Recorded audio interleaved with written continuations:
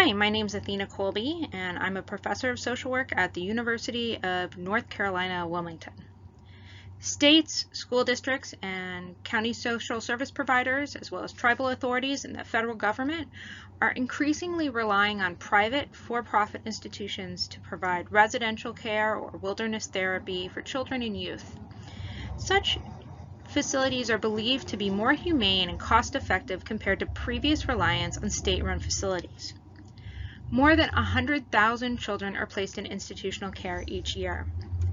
Nearly all belong to one or more vulnerable groups: people with mental or physical difficulties, children involved in juvenile justice, special education, and/or the child welfare systems, lesbian, gay, bisexual, transgender identified children and youth, as well as members of Native American tribes.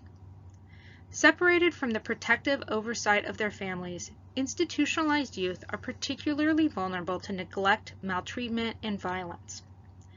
This study looked specifically at violent and abusive interventions, including the use of stress positioning, seclusion, and physical pain to induce behavioral change in youngsters.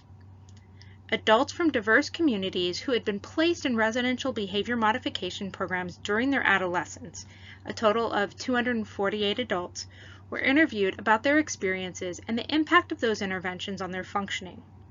Information was also obtained on the use of restraint, stress positioning, such as requiring the student to stand at attention facing a wall, seclusion, and painful stimuli, such as forced exercising, electric shock, and corporal punishment.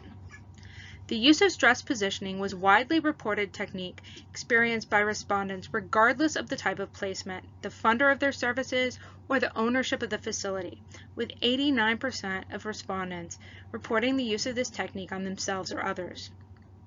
The type of stress positioning, the length and condition of seclusion, and the use of pain varied by facility type, program ownership, the reason for placement in the facility, and the treatment funder.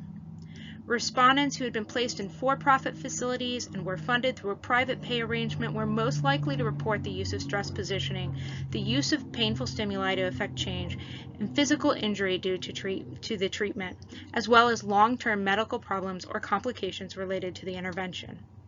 It's clear that the findings of this study raise serious ethical and policy concerns.